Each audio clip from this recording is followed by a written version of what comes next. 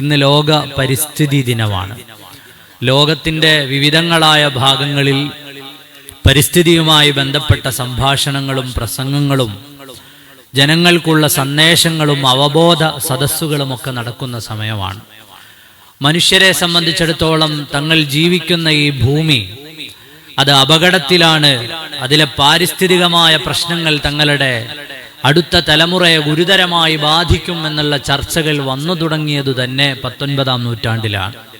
ഞങ്ങൾ ജീവിക്കുന്ന ഈ ഭൂമിയോട് ചില കടപ്പാടുകൾ നമുക്കുണ്ട്. ഇവിടെ നമുക്ക് തോന്നിയതുപോലെ ജീവിക്കാനുള്ള സ്ഥലമല്ല. ഇവിടുത്തെ വിഭവങ്ങൾ നമുക്ക് ചൂഷണം ചെയ്യാനോ അധികമായി ഉപയോഗിക്കാനോ ഉള്ളതല്ല. മരങ്ങൾ അമിതമായി വെട്ടിമുറിച്ചു നീക്കം ചെയ്യാനുള്ളതല്ല.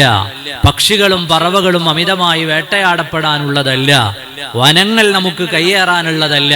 കടലുകൾ നമുക്ക് നികത്തിയെടുക്കാനുള്ളതല്ല. തണ്ണീർത്തടങ്ങളും വെള്ളവും നമുക്ക് മലിനമാക്കാനുള്ളതല്ല എന്നൊക്കെ മനുഷ്യൻ ആലോചിച്ചു തുടങ്ങിയത് അതിൻ്റെ ഗൗരവമായ പ്രശ്നങ്ങളെ സംബന്ധിച്ച് മനുഷ്യന്റെ മനസ്സിൽ ഒരു ബോധമുണ്ടാകുന്നത് 19-ാം നൂറ്റാണ്ടിലാണ്.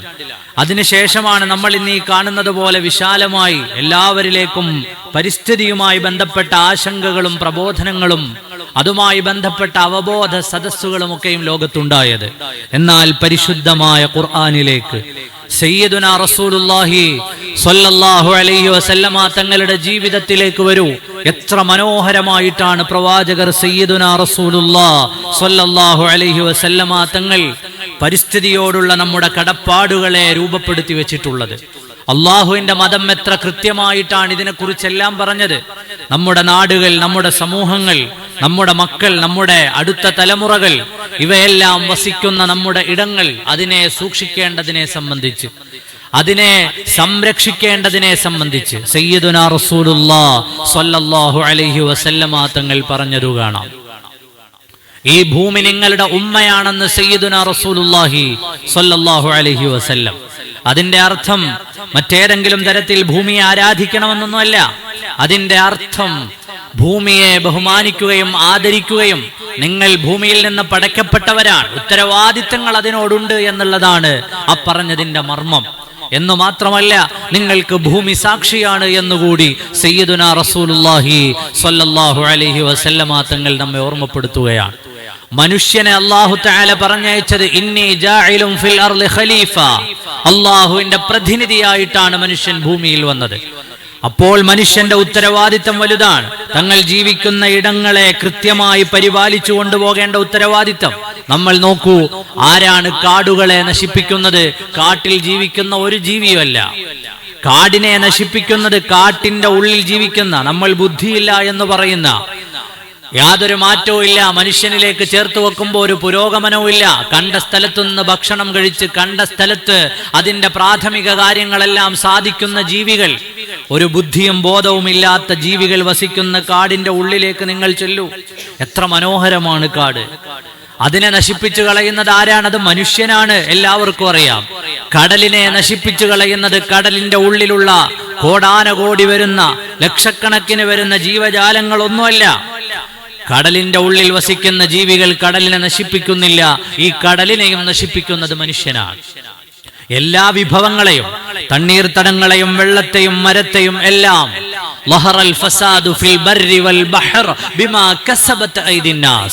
ഈ പ്രശ്നങ്ങളുടെ എല്ലാം അടിസ്ഥാനം മനുഷ്യന്റെ ഇടപെടലാണ്. അത് ഭൂമിയിൽ, കരയിലാകട്ടെ കടലിലാകട്ടെ, എല്ലായിടത്തും മനുഷ്യന്റെ ഇടപെടലാണ്. വളരെ ഉത്തരവാദിത്തത്തോടുകൂടി ഇടപെടണമെന്ന് പരിശുദ്ധമായ ഇസ്ലാം ഈ ചർച്ചകളൊക്കെ തുടങ്ങുന്നതിനെത്രയോ മുമ്പ് സയ്യിദുനാ റസൂലുള്ളാഹി സ്വല്ലല്ലാഹു അലൈഹി വസല്ലം യുദ്ധത്തിനിറങ്ങാൻ പോകുന്ന സ്വഹാബത്തിനോട് പറഞ്ഞ സന്ദേശങ്ങളിൽ പ്രധാനപ്പെട്ടതല്ലേ, പച്ചപ്പുകളെ നശിപ്പിച്ചു കളയാൻ പാടില്ല, ഫലവൃക്ഷങ്ങളെ നശിപ്പിച്ചു കളയാൻ പാടില്ല, ഫലവൃക്ഷങ്ങൾ മുറിച്ചു കളയാൻ പാടില്ല, ഫലവൃക്ഷങ്ങളിൽ നിങ്ങളുടെ ആയുധങ്ങൾ കൊണ്ട് കൊത്താൻ പാടില്ല. സയ്യിദുനാ മുഹമ്മദുർ റസൂലുള്ളാഹി സ്വല്ലല്ലാഹു അലൈഹി വസല്ലം. നമുക്കുള്ള ബന്ധം എത്രയോ വലുതാണ്. ഒരു മുഅ്മിനായ മനുഷ്യന് ഭൂമിയിൽ ഒരു വൃക്ഷം നട്ടാൽ ലഭിക്കുന്ന പ്രതിഫലം എത്ര വലുതാണ്. ഭൂമിയിൽ ഒരാൾ ഒരു വൃക്ഷം നട്ടു, അതിൽ നിന്ന് ഈ കിളികളും അതിന്റെ കനികളെ മറ്റുള്ള ജീവജാലങ്ങളൊക്കെയും ഭക്ഷിച്ചു, അതിനെല്ലാം പ്രതിഫലമുണ്ടെന്ന് സയ്യിദുനാ റസൂലുള്ളാഹി സ്വല്ലല്ലാഹു അലൈഹി വസല്ലം.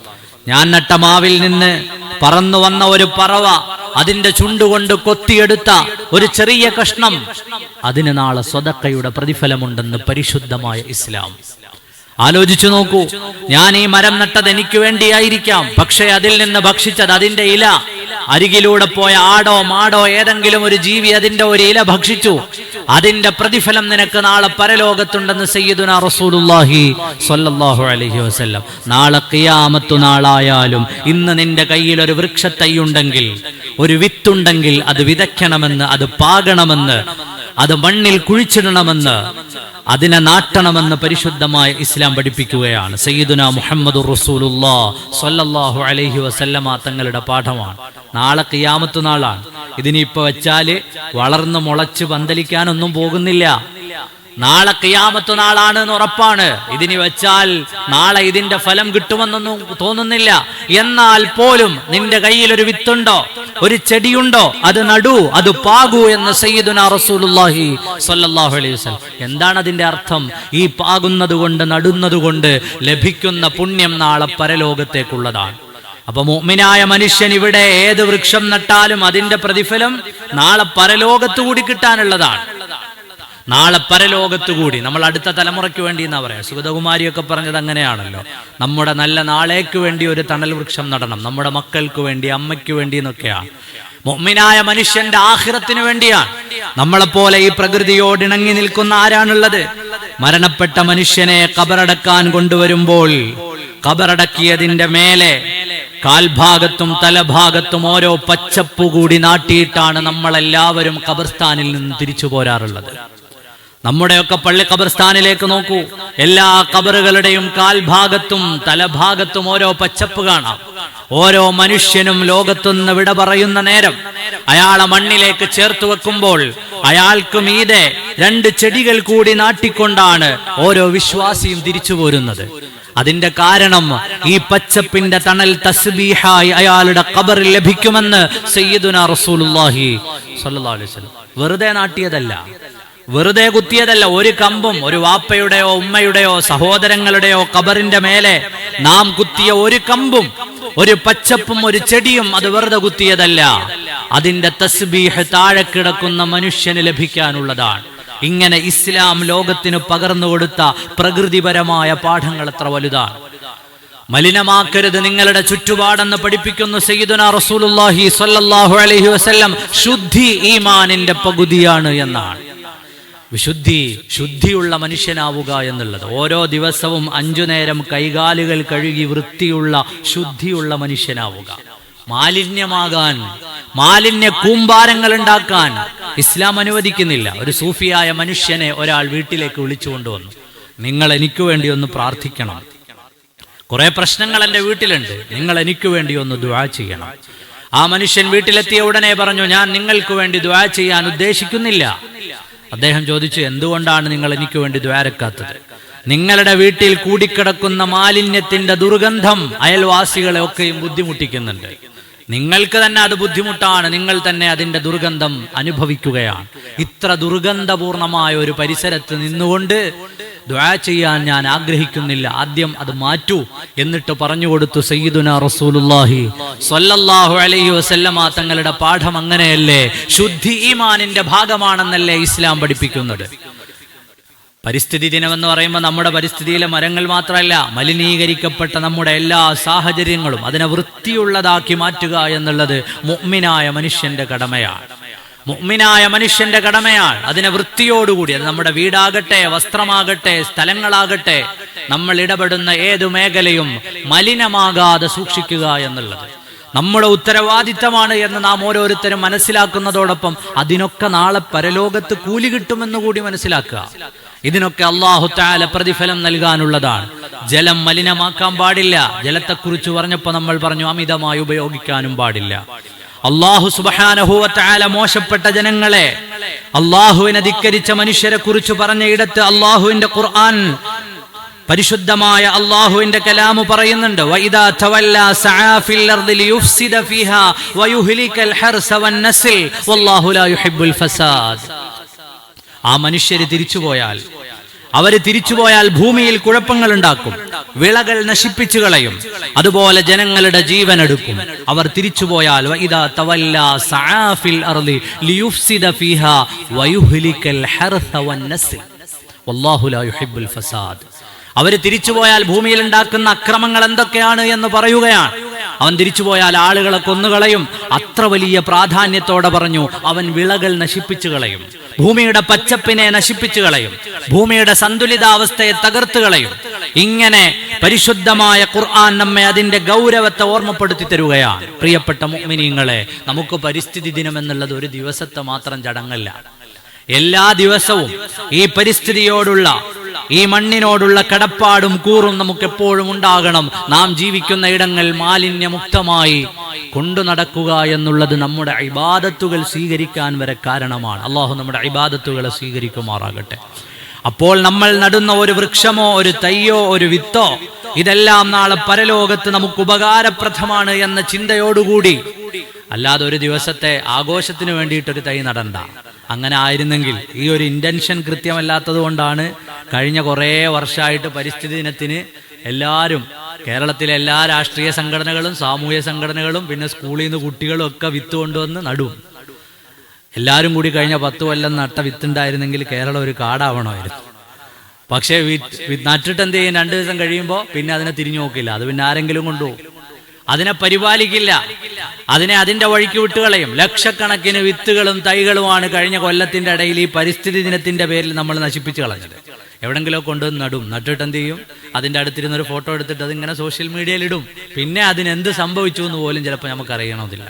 അങ്ങനെയല്ല, നമുക്ക് അള്ളാഹുവിന്റെ ഹബീബ് സയ്യിദുനാ റസൂലുള്ളാഹി സ്വല്ലല്ലാഹു അലൈഹി വസല്ലം തങ്ങൾ പഠിപ്പിച്ചു തന്ന പാഠങ്ങൾ, ഈ പരിസ്ഥിതിയോടുള്ള നമ്മുടെ കടമകൾ, കടപ്പാടുകൾ, ആ കടപ്പാടുകളെയും കടമകളെയും മനസ്സിലാക്കുന്നതോടൊപ്പം ഈ വെല്ലുവിളികളെ ലോകം പറയുന്നതിന് എത്രയോ കാലം മുമ്പ് ഇവിടെ പാരിസ്ഥിതികമായ പ്രശ്നങ്ങൾ വരും. രാസായുധങ്ങളെക്കാൾ, മനുഷ്യന്റെ കയ്യിലുള്ള രാസായുധങ്ങളെക്കാൾ വലിയ പ്രശ്നങ്ങൾ പ്രകൃതിപരമായ മാറ്റങ്ങളിലൂടെ മനുഷ്യനുണ്ടാകുമെന്നാണ് പുതിയ പഠനങ്ങൾ.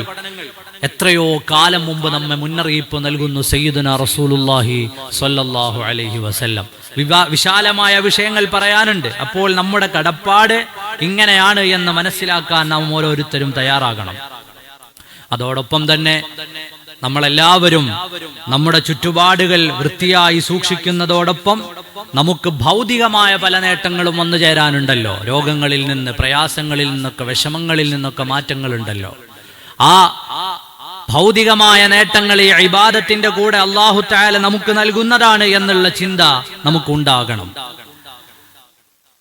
അല്ലാഹു റബ്ബുൽ ആലമീൻ നമുക്കൊക്കെയും രോഗങ്ങളെ തൊട്ട് ശിഫാ പ്രദാനം ചെയ്യുമാറാകട്ടെ. പരിസ്ഥിതിയെ മലിനീകരിക്കുന്ന പ്രവർത്തനങ്ങളിൽ നമ്മൾ വിട്ടുനിൽക്കണം. ഇപ്പോൾ ഈ പന്ത് കളിയുമായി ബന്ധപ്പെട്ട് ലോകത്തിന്റെ എല്ലാ ഭാഗത്തും വലിയ അലയൊലികൾ സൃഷ്ടിക്കപ്പെടുന്ന സമയമാണ്. വളരെ അത്ഭുതപ്പെട്ടു പോയിട്ടുണ്ട്. നമ്മുടെ നാട്ടിലാണ് ഈ ഭ്രാന്ത് കുറച്ച് കൂടുതൽ എന്ന് ചിലപ്പോഴൊക്കെ തോന്നിയിട്ടുണ്ട്. കുറ്റം പറയല്ല. നമ്മുടെ നാട് എന്ന് പറഞ്ഞാൽ നമ്മുടെ നാട് എന്നല്ല, നമ്മുടെ ഈ ചുറ്റുവട്ടത്ത്, നമ്മുടെ ഈ കേരളത്തിൽ ലോകത്തെ വിവിധ രാജ്യങ്ങളിൽ സന്ദർശിച്ച സമയത്ത് പല സമയങ്ങളിലും പല നാടുകളിലെത്തിയപ്പോൾ ആ നാട്ടിലുള്ള കളിക്കാരെ തന്നെ കളിക്കാൻ പോയിട്ടുണ്ട്. പക്ഷെ അവർക്കൊന്നും ഇത്രയില്ല, ഇത്ര ഭ്രാന്തില്ല. എത്ര അടിയുടെ ഫ്ലെക്സുകളാണ് നമ്മുടെ ചെറുപ്പക്കാർ ഓരോ സ്ഥലങ്ങളിലും സ്ഥാപിക്കുന്നത്. പല നാടുകളിലും ചെല്ലുമ്പോൾ, ഞാൻ നേരത്തെ സേവനം ചെയ്തിരുന്ന ചങ്ങനാശ്ശേരിയിൽ, അതിന്റെ അനുബന്ധ പ്രദേശങ്ങളിലൊക്കെ മലബാറിൽ അന്ന് പ്രസംഗിക്കാൻ പോകുമ്പോൾ മലബാറിലെയൊക്കെ ചില സ്ഥലങ്ങൾ ബ്രസീലിയൻ ഗ്രാമങ്ങളാണ്. ചില ഗ്രാമങ്ങൾ മറ്റു പല രാജ്യങ്ങളുടെയും കൊടികൾ കൊണ്ട് ഇങ്ങനെ അലങ്കരിച്ചിരിക്കുകയാണ്. തിരിച്ചു വന്നിട്ട് ആ മഹലിൽ വരുമ്പോൾ ആ നാട്ടുകാരായ ആളുകൾ അത് അറിഞ്ഞിട്ട് പോലും ഇല്ലാന്ന് തോന്നും. കാരണം അവിടെ എങ്ങും ഒരു കൊടിയോ തോരണോ ഒന്നുമില്ല. ഇവിടെ നീ മൂവാറ്റുപുഴയിൽ നിന്ന് ഇങ്ങനെ അങ്ങോട്ട് കയറിയാൽ ആ ഭാഗത്തൊന്ന് നിങ്ങളൊന്ന് യാത്ര ചെയ്ത് നോക്കൂ. ഞാൻ വെറുതെ പറഞ്ഞല്ല. MC റോഡിലൂടെ ഇവിടുന്ന് അങ്ങോട്ട് യാത്ര ചെയ്തിട്ട് മൂവാറ്റുപുഴ കഴിഞ്ഞ് കൂത്താട്ടുകുളം മുതൽ അങ്ങ് ചങ്ങനാശ്ശേരി വരെയുള്ള ഭാഗങ്ങൾ യാത്ര ചെയ്ത് നോക്കൂ. അവിടെയൊക്കെ താമസിക്കുന്ന സമൂഹം, അവർക്കും പന്തുകളിയൊക്കെ ഉണ്ട്. പക്ഷേ നമ്മുടെ അത്ര വലിയൊരു ആവേശം അവരിലേക്കില്ല. മറിച്ച് അവരുടെ ഫോക്കസ് പലപ്പോഴും പഠനത്തിലാണ് എന്ന് തോന്നിയിട്ടുണ്ട്. അവരുടെ യുവാക്കൾ അവരുടെ പൈസ കൃത്യമായി വിനിയോഗിക്കുകയും ഉപയോഗിക്കുകയും ചെയ്യുന്നു. അവരുടെ ഫോക്കസ് അവരുടെ ഫ്യൂച്ചറിൽ, അവരുടെ കരിയറിൽ. നമ്മുടെ സമൂഹം പലപ്പോഴും അത്തരം വിഷയങ്ങളിൽ നിന്ന് ശ്രദ്ധ തെറ്റിപ്പോവാണ്. നമുക്ക് പണ്ട് മുതലേ കിട്ടിയ പാരമ്പര്യമൊന്നുമല്ല ഈ കളിയോടുള്ള ഭ്രാന്ത്. വിനോദങ്ങൾ ഉണ്ടാവണം, കളിക്കണം, അതിനൊക്കെ എല്ലാ സപ്പോർട്ടും ഉള്ള ഒരാളാണ് ഞാൻ. ചില ആളുകൾ പറയുന്ന കേട്ടാത്തൊന്നും പണ്ട് മുതലേ പാരമ്പര്യത്തിൽ അലിഞ്ഞു ചേർന്ന അല്ല, മുസ്ലിമിന്റെ പാരമ്പര്യത്തിൽ, മലബാറിലെ മുസ്ലിമിന്റെ പാരമ്പര്യത്തിൽ അലിഞ്ഞു ചേർന്നത് സത്യത്തിൽ അറിവിനോടുള്ള അങ്ങേയറ്റത്തെ അന്വേഷണ ത്വരയാണ്. ഇൽമു കിട്ടാനുള്ള, അറിവ് നേടാനുള്ള, അറിവ് എവിടെ നിന്നും സമ്പാദിക്കാനുള്ള ത്വരയാണ് മലബാറിലെ മുസ്ലിമിനുണ്ടായിരുന്നത്. അവിടേക്ക് കടന്നു വന്ന ഇത്തരം കളികളോടുള്ള ഭ്രമം അതിൽ നിന്നെല്ലാം നമ്മുടെ ഉമ്മത്തിനെ തെറ്റിച്ചു കളഞ്ഞു, വെറും കളിപ്രാന്തന്മാരാക്കി മാറ്റിക്കളഞ്ഞു. മാധ്യമങ്ങൾ അതിന്റെ കൂടെ എഴുതും മലബാർ എന്തോ വലിയ സംഭവമാണെന്ന്. വെറുതെയാണ്. ഈ നമ്മൾ പറയല്ലേ, ചില ആളുകൾക്ക് കീ കൊടുക്കും, മൂച്ചു കയറ്റി കൊടുക്കാന്ന് പറയും, പറഞ്ഞു പോക്കി കൊടുക്കുക, എന്തോ വലിയ സംഭവമാണെന്ന് പറയും. അങ്ങനെയല്ല ഞാൻ ഈ പറഞ്ഞു വരുന്നത്. പ്രിയപ്പെട്ട ചെറുപ്പക്കാരെ അല്ലെങ്കിൽ പ്രിയപ്പെട്ട കൂട്ടുകാരെ ഏതെങ്കിലും തരത്തിൽ മോശപ്പെടുത്തിക്കൊണ്ടുള്ള വർത്തമാനമല്ല. നമ്മുടെ ഒരു പ്രായത്തിൽ ഇത്തരം കളികളോടുള്ള ഭ്രമങ്ങളൊക്കെ ഉണ്ടാവാം, പക്ഷെ അത് പരിധി വിട്ടു പോകരുത് എന്ന് പറയുന്നതോടൊപ്പം നമ്മുടെ അത്തരം പ്രവർത്തനങ്ങൾ ജനങ്ങൾക്ക് ഉപകാരമുള്ള പ്രവർത്തനങ്ങളാക്കി മാറ്റിയെടുക്കാൻ നിങ്ങൾ ശ്രമിക്കണം.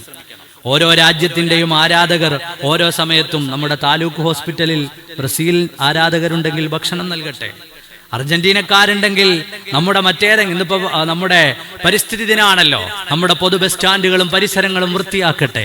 അങ്ങനെ ജനങ്ങൾക്ക് ഉപകാരമുള്ള പ്രവർത്തനങ്ങളിലേക്ക് നിങ്ങളുടെ ശ്രദ്ധ കൊണ്ടുവരണമെന്ന് കൂടിയാണ് ഞാൻ പറയുന്നത്. അവിടെ നമ്മുടെ ഈ കൽപ്പന്തുകളിയും അതിനോടുള്ള ഭ്രമവും അതിനോടുള്ള സ്നേഹവും പ്രേമവും എല്ലാം ഒരു കാലം കഴിയുമ്പോൾ കഴിയും. നിങ്ങളെക്കാൾ വലിയ കളിപ്രാന്തന്മാരായിരിക്കാം ഒരു പക്ഷേ ഈ ഇരിക്കുന്ന പ്രായമുള്ള ആളുകളിൽ പലരും. ഒരു പ്രായം കഴിയുമ്പോൾ അതിനോടുള്ള ഇതൊന്നും അല്ല ജീവിതം എന്ന റിയാലിറ്റിയിലേക്ക് വരും. പ്രിയപ്പെട്ട കൂട്ടുകാരെ, എന്തിന്റെ പേരിലാണെങ്കിലും നിസ്കാരത്തെ നിസ്സാരപ്പെടുത്തുന്ന, ഇഖാമത്തിന്റെ വിളിയെ, ബാങ്കിന്റെ അലയൊലിയെ നിസ്സാരപ്പെടുത്തുന്ന പ്രവർത്തനങ്ങളിലേക്ക് നിങ്ങൾ പോകല്ല. നിങ്ങളുടെ എല്ലാ നല്ല പ്രവർത്തനങ്ങൾക്കും ഹൃദയം കൊണ്ട്, സാന്നിധ്യം കൊണ്ട് കൂട്ടുനിൽക്കാൻ എനിക്ക് ഏറ്റവും ഇഷ്ടമുള്ളയാളാണ്. എനിക്ക് നിങ്ങളെയൊക്കെ വളരെ താല്പര്യമുള്ളയാളാണ്. നമ്മുടെ ചെറുപ്പക്കാർ നല്ല ചെറുപ്പക്കാരാണ്. പറഞ്ഞു വന്നത്, നമ്മെ സംബന്ധിച്ചിടത്തോളം നമ്മുടെ ഭൂമിയോട്, നാം ജീവിക്കുന്ന ഇടങ്ങളോടൊക്കെയും നമുക്ക് വലിയ സ്നേഹവും മമതയും ബഹുമാനവും ആദരവും ഉള്ളവരാണ്. നമ്മുടെ രാജ്യത്തോടും അതുള്ളവരാണ്. നാം പിറന്ന രാജ്യം, ആ രാജ്യത്തോടും ആ സ്നേഹവും ബഹുമാനവും ഉള്ളവരാണ്. ബംഗാളിലെ മദ്രസകളിൽ വന്ദേ മാതരം പാടണമെന്നാണ് പുതിയ സർക്കാരിന്റെ തീരുമാനം. ആലോചിച്ചു നോക്കൂ, നമ്മുടെയൊക്കെ നാടുകളിൽ ദേശീയ ഗാനം പാടാറുണ്ട്. ഏതെങ്കിലും ഒരു കുട്ടി അതിൽ നിന്ന് പിന്മാറി നിൽക്കോ? ഒരു മുസ്ലിമായ കുട്ടിക്കും ദേശീയ ഗാനം പാടാൻ ഒരു പ്രയാസമില്ല. ജനഗണമന എന്ന് തുടങ്ങുന്ന ദേശീയ ഗാനം അറിയാത്തവരും ഉണ്ടാവില്ല. സാരേ ജഹാസെ അച്ച എന്ന് പാടാത്തവരുണ്ടാവില്ല. നമ്മുടെ നാടുമായി ബന്ധപ്പെട്ട ദേശഭക്തി ഗാനങ്ങൾ പാടാൻ ഒരു മുസ്ലിമായ കുട്ടിക്കും ഒരു പ്രയാസമില്ല. പിന്നെ എന്തുകൊണ്ടാണ് വന്ദേ മാതരം പാടുന്നതിൽ പ്രശ്നമുള്ളത്? വന്ദേ മാതരത്തിന്റെ പ്രശ്നങ്ങൾ സമൂഹത്തിന്റെ മുമ്പിൽ ആദ്യം അവതരിപ്പിച്ചത് മുസ്ലിങ്ങളല്ല. വന്ദേ മാതരം പാടി വരുന്നതിന്റെ ഒരു ഭാഗത്ത് ഹൈന്ദവ സഹോദരങ്ങളുടെ ആരാധനാ സങ്കല്പങ്ങളുമായി ബന്ധപ്പെട്ട ആരാധനാമൂർത്തികളിലേക്ക് ചേർത്ത് വെക്കുന്ന ചില വർത്തമാനങ്ങളുണ്ട്. ആ വർത്തമാനങ്ങൾ തൗഹീദ്, ലാ ഇലാഹ ഇല്ലല്ലാഹ് എന്ന് വിശ്വസിക്കുന്ന വിശ്വാസിയായ മനുഷ്യന്റെ വിശ്വാസത്തിന്റെ മറുപുറത്താണ്, എതിരാണ്. അതുകൊണ്ട് ആ ഭാഗം പാടാൻ പറ്റില്ല. അതുകൊണ്ട് ആദ്യത്തെ ഭാഗങ്ങൾ മാത്രമാണ്.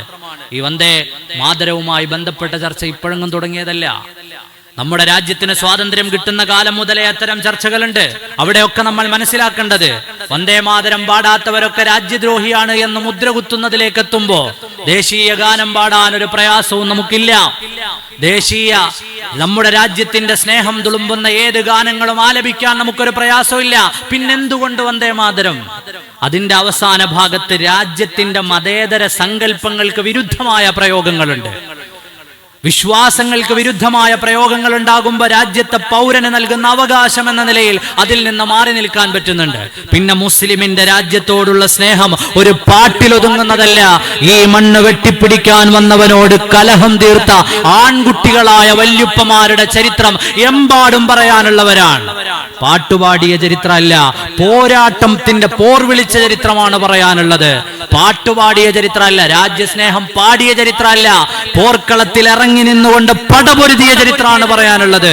അതുകൊണ്ട് വന്ദേ മാതരത്തിന്റെ പേര് പറഞ്ഞ് രാജ്യത്തെ മദ്രസാ സംവിധാനങ്ങളിലൂടെ കടന്നുകയറി രാജ്യത്തിന്റെ സാഹോദര്യത്തെ തകർത്തു കളയാമെന്നാരും വിചാരിക്കരുത്.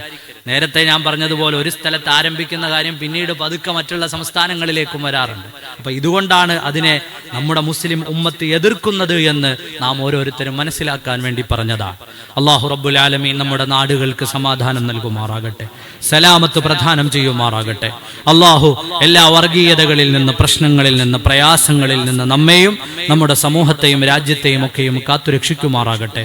അല്ലാഹു എല്ലാ തരത്തിലുമുള്ള ദുരന്തങ്ങൾ, ദുരിതങ്ങളെ തൊട്ട് അല്ലാഹു കാത്തുരക്ഷിക്കുമാറാകട്ടെ.